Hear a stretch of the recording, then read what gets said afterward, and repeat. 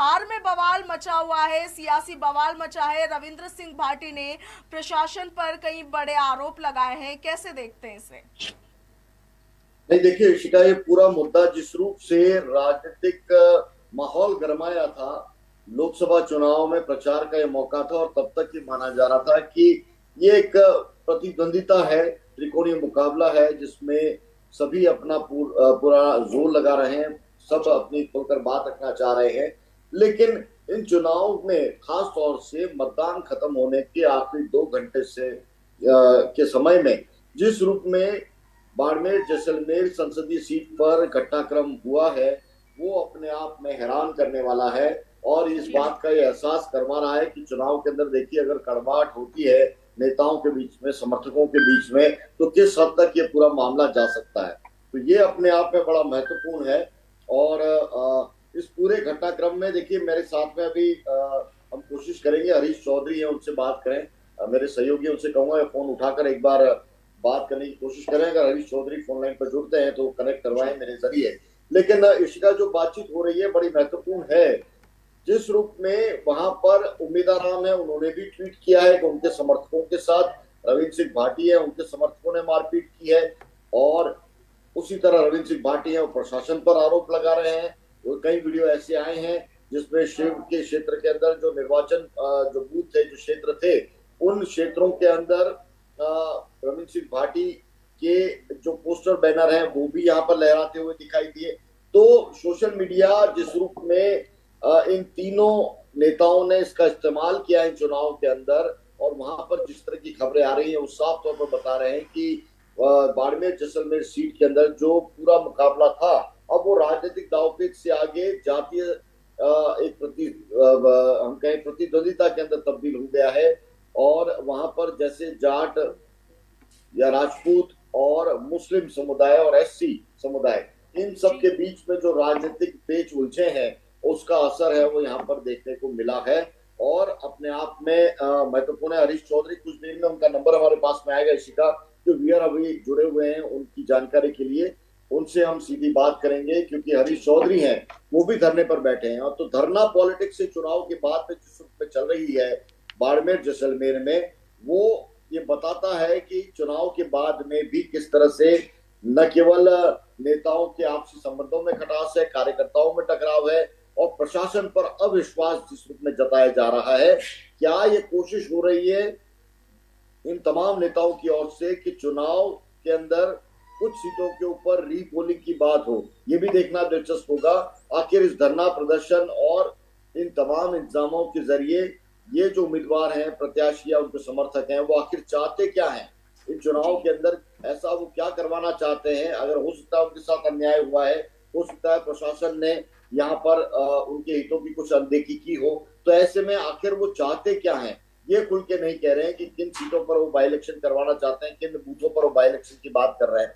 तो मुझे लगता है इससे अगला चरण इस विरोध प्रदर्शन का या अपनी बात रखने का, उसका जो अगला चरण यही होगा कि कुछ सीटों पर वो रीपोलिंग की मांग है वो कर सकते हैं, कुछ बूथों पर, माफ कीजिएगा, रीपोलिंग की मांग कर सकते हैं। तो देखना है कि शाम होते होते जैसे वहां पर प्रशासन और उम्मीदवारों के बीच में बातचीत होगी, प्रशासनिक अमला है वो अपनी रिपोर्ट भेजेगा, उसके आधार पर क्या कुछ फैसला होता है। लेकिन ये मसला अब चुनावी जंग से कुछ आगे बढ़ चुका है जी। और उसमें अब प्रशासन को अपनी भूमिका स्पष्ट रूप से निभानी पड़ेगी। जवाब उम्मीदवारों को, उनके समर्थकों को देना होगा। इशिका।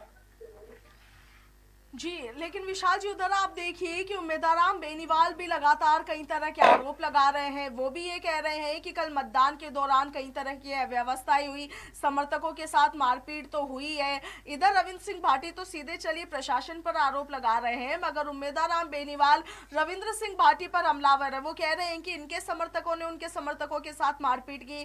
कई एक वीडियोस भी सोशल मीडिया पर पोस्ट किए गए जिसमें लोग कह रहे हैं कि हमारे कपड़े फाड़ दिए गए, महिलाओं के साथ जबरदस्ती की गई, उनको मारा पीटा गया, लातों से उनको इस तरह के भी कुछ आरोप लगा रहे हैं। हालांकि पंजाब केसरी इन वीडियोस की पुष्टि नहीं करता है, मगर वहां के सियासी गलियारों से ये जो वीडियोस है वो लगातार निकलकर सामने आ रहे हैं। इन्हें कैसे देखते हैं आप? देखिए, एक तो ये कि कुछ परसेंटेज है वो बढ़ा है इस सीट के ऊपर, तो जाहिर तौर पर कार्यकर्ता और समर्थक है, उनमें उत्साह था। और जैसे हम पहले चर्चा कर चुके हैं कि आपसी जो प्रतिद्वंदिता है उसका ये असर हम देखने मिला है। सुखद एहसास ये कि कम से कम जो मतदान का प्रतिशत है वहां पर बढ़ा है। अब दावा ये कोशिश ये की जा रही है कि किसके पक्ष में मतदान हुआ है, और इस पूरी सीट के ऊपर हम देखेंगे कितने सारे राजनीतिक घटनाक्रम बदले हैं इशिका। पहले तो ये कि रविंद्र सिंह भाटी वहां पर शिव से निर्दलीय विधायक के रूप में चुनाव जीते।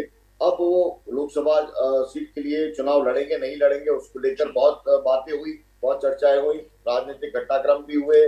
वो खुद मुख्यमंत्री भजन लाल शर्मा के साथ घूमते हुए नजर आए। इसके बाद में उन्होंने कॉल लिया कि नहीं, चुनाव मुझे लड़ना है अलग से, क्योंकि उनको टिकट है वो भारतीय जनता पार्टी ने नहीं दी। टिकट कैलाश चौधरी को मिली। कैलाश चौधरी ने कहा टिकट मिलते ही कि मेरे से अगर कोई गलती हो तो मुझे माफ कीजिएगा, लेकिन मेरी गलतियों की सजा है वो प्रधानमंत्री मोदी को मत दीजिएगा।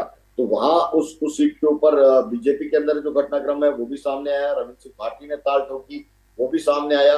इधर हरीश चौधरी हैं, वो खुद चुनाव लड़ना नहीं चाह रहे थे। हेमाराम चौधरी हैं, उनको मनाने की कोशिश हो रही थी, वो चुनाव नहीं लड़ पा रहे थे। तो ऐसे में आयातित उम्मीदवार आरएलपी से उम्मीदवार बेनीवाल को कांग्रेस के अंदर लाया गया। अब उम्मीदवार बेनीवाल कौन, जिन्होंने हरीश चौधरी कड़ा मुकाबला उनका हरीश चौधरी के साथ हुआ विधानसभा चुनाव में। महज 3 महीने पहले जो चुनाव हुआ उसमें 600-700 वोटों से उन्होंने मात खाई हरीश चौधरी से। तो हरीश चौधरी ने इस मौके को उस रूप में भुनाया कि उनको कांग्रेस का टिकट दिलाकर अपना जो बड़ा प्रतिद्वंदी था उस क्षेत्र में उसको एक तरह से पार्टी के अंदर ही शामिल कर लिया। और उम्मीदवार को टिकट मिली। हनुमान बेनीवाल को उन्होंने अपील की कि गठबंधन कर लें। हनुमान बेनीवाल ने गठबंधन कर लिया। नागौर सीट पर कांग्रेस के साथ गठबंधन हुआ। हनुमान बेनीवाल कांग्रेस के पक्ष में उदयलाल आंजना के यहाँ भी प्रचार करने गए, वैभव गहलोत के यहाँ प्रचार करने भी गए, और जब बाड़मेर जैसलमेर की बारी आई तो उन्होंने कैलाश चौधरी को समर्थन दे दिया। तो इस सीट के ऊपर राजनीतिक घटनाक्रम चुनाव से पहले, चुनाव के दरमियान और अब चुनाव के बाद जिस रूप में हो रहे हैं, जाहिर तौर पर ये जो सीट है वो पॉलिटिकली बहुत वाइब्रेंट तो हो ही चुकी है, लेकिन इस सीट के ऊपर समाज है वो चुनाव के अंदर इस कदर इन्वॉल्व हो गया है कि इन समाजों के प्रतिनिधियों ने, वहां के लोगों ने, युवाओं ने इसे अपना प्रतिष्ठा का विषय बना लिया है। अब चुनाव के अंदर हार जीत के बाद में जब 4 जून को जब ऐलान होगा, मुझे साफ तौर पर लगता है कि एक बार फिर से राजनीतिक घटनाक्रम है वो बाड़मेर जैसलमेर में सामने आएंगे। जिस तरह के धरना प्रदर्शन विरोध की बात अभी सामने आ रही है, 4 जून को परिणामों के बाद भी ये कानून व्यवस्था के लिहाज से भी बहुत महत्वपूर्ण होगा कि वहां पर हालात है वो संभाले जाएं, क्योंकि तीनों प्रतिद्वंदी, तीनों उम्मीदवार हैं, उनका अपना बेस है, अपने अपने समर्थक हैं और अपने अपने चुनाव लड़ने के तरीके हैं। इशिका जी विशाल जी, आप बिल्कुल सही कह रहे हैं कि अभी तो सिर्फ वोटिंग हुई है, उसके बाद इतना बवाल है। तो 4 जून को जब रिजल्ट घोषित होगा उसके बाद भी बवाल होना तय है, क्योंकि वो वक्त तय करेगा कि किसके सर पर ताज सजेगा और किसके गले में हार की माला डाली जाएगी।